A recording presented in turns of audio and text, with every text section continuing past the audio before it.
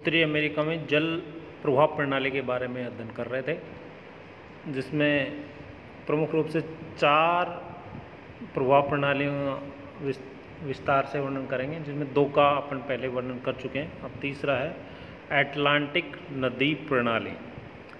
Atlantic महासागर में गिरने वाली नदियों को 4 भागों में बांटा जा सकता है।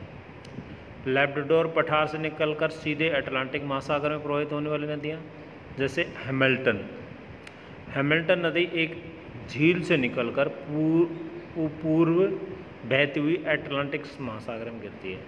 अन्य नदियाँ बहुत छोटी छोटी हैं।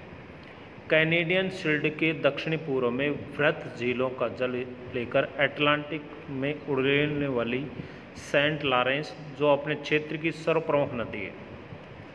इसकी सहायक नदियों में ओटावा, सैंग्यून प्रमुख है। ये दोनों ही बाईं ओर से आकर मिलती हैं।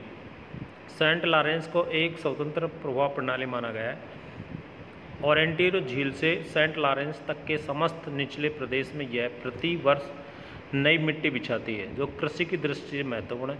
फिर इस नदी से होकर महादेश के भीतर भाग तक जल यातायात की सुविधा है। सेंट लॉरेंस जलमार्ग अंतर्राष्ट्रीय व्यापार में सहायक सिद्ध हुआ है। तीसरा है अपलेशियन पर्वत की पूर्वी ढालों से अनेक छोटी छोटी नदियां निकलकर अटलांटिक महासागर में समा जाती हैं, जिनमें हडसन, मोहावक, डिलावेयर, सस्केहाना, रोनॉक, जेम्स, पोटामेक। इनमें मोहावक हडसन की सहायक नदी है। इनमें छोटी नदियां ये महत्वपूर्ण हैं क्योंकि इनसे होकर अंदर जाने का मार्ग नहीं मिलता है और विभिन्न स्थानों पर इनमें जल विद्युत उत्पन्न की जाती है। अपलेशियन पर्वत के पश्चिमी भाग से तथा रॉकी पर्वत के श्रेणी के पूर्वी भाग से अनेक छोटी छोटी नदियां निकलकर विशाल मध्यवर्ती मैदान होती हुई अपना जल मैक्सिको की खाड़ी में गिराते हैं, जिनमें विश्व प्रसिद्ध है मिसिसिपी, ओहियो, मिसौरी, अरकानसास और रेड।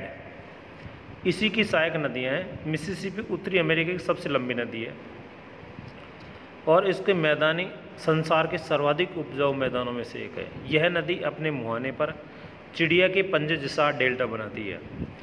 अपनी सहायक नदियां समेत यह उत्तरी अमेरिका की चौथाई क्षेत्र का जल प्रवाह करती है।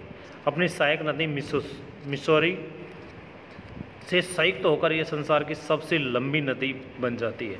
स्वतंत्र रूप में मैक्सिको खाड़ी में गिरने वाली अन्य नदियां अलाबामा, रियो ग्रांडे आदि हैं। मिसिसिपी नदी अपनी यात्रा सुपीरियर झील के निकटवर्ती उच्च भूमि से प्रारंभ करती है। दक्षिण की ओर बढ़ते हुए अपनी दोनों ओर का प्रवाहित जल लेकर एक विशाल नदी का रूप धारण करती है। अपलेशियन की ओर से ओहायो, केंटुकी, टेनेसी आदि नदियों का जल इसमें आता है और रॉकी की ओर से येलोस्टोन, मिसौरी, अरकानसास, कैनेडियन इत्यादि का।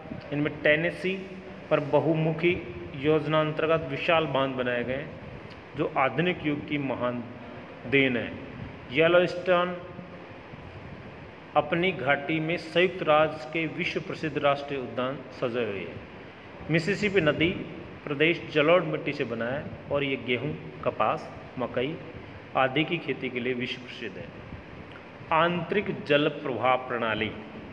रॉकी पर्वतीय प्रदेश के बीच ग्रेट बेसिन ऐसा विशालतम पठार है जिसमें बहने वाली नदियां समुद्र तक न जाकर स्थानीय भाग में ही बीच में रह जाती हैं और अनेक झीलों को जन्म देती है।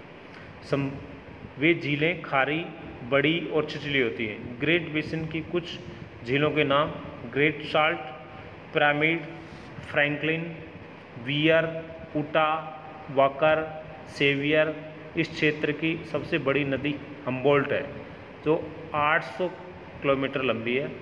वियर, सेवियर, वाकर आदि अन्य अनगिनत छोटी नदियाँ जिनमें बहुत कम जल रहता है। धन्यवाद।